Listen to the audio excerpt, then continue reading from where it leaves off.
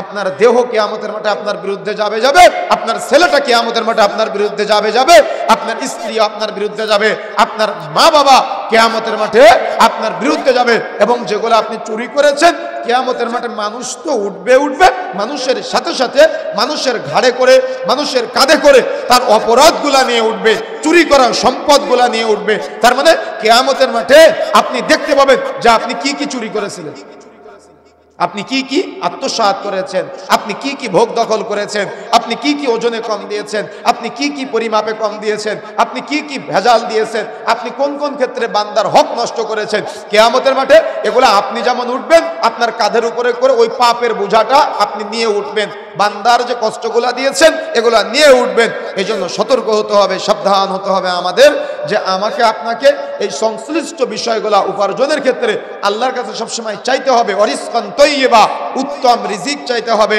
হালাল রিজিক চাইতে হবে, উত্তম উপার্জন আল্লাহর কাছ থেকে চেয়ে নিতে হবে আমাদের। কথা বুঝতে পেরেছেন? এই জন্য যুবক ভাইরা যারা আছেন আপনাদেরকে এখন থেকে চিন্তা করতে হবে, আপনার বাবা যা করেছে আপনাকে হালাল ইনকাম করতে হবে, আর হালাল ইনকামের জন্য প্রচেষ্টা করতে হবে।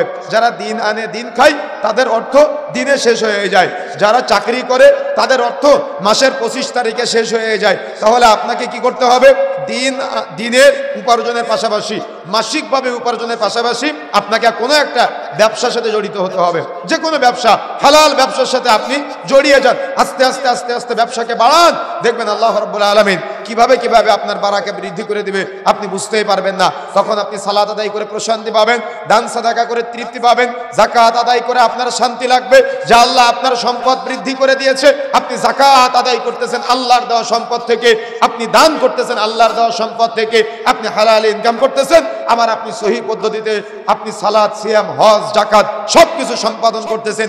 ব্যবসা বাড়তে বাড়তে বাড়তে বাড়তে আপনার একদিন আল্লাহ রাব্বুল আলামিন এত অর্থ সম্পদ দিয়েছে, আপনি মক্কা মদিনায় উমরার জন্য চলে গিয়েছেন, হজের জন্য চলে গিয়েছেন। সুবহানাল্লাহ।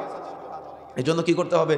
টার্গেট করতে হবে, আশা থাকতে হবে, আকাঙ্ক্ষা থাকতে হবে, উদ্দীপনা থাকতে হবে, হৃদয়ে গভীর ভাবনা থাকতে হবে, চিন্তা থাকতে হবে যে আমি কিভাবে আমার সম্পদটাকে হালাল উপার্জনের মাধ্যমে বৃদ্ধি প্রাপ্ত করতে পারি। এই জন্য এই প্রচেষ্টা প্রত্যেকের থাকা দরকার। এই জন্য ব্যবসায়ীদের জন্য শরীয়তের কিছু রুলস, কিছু নীতিমালা আছে।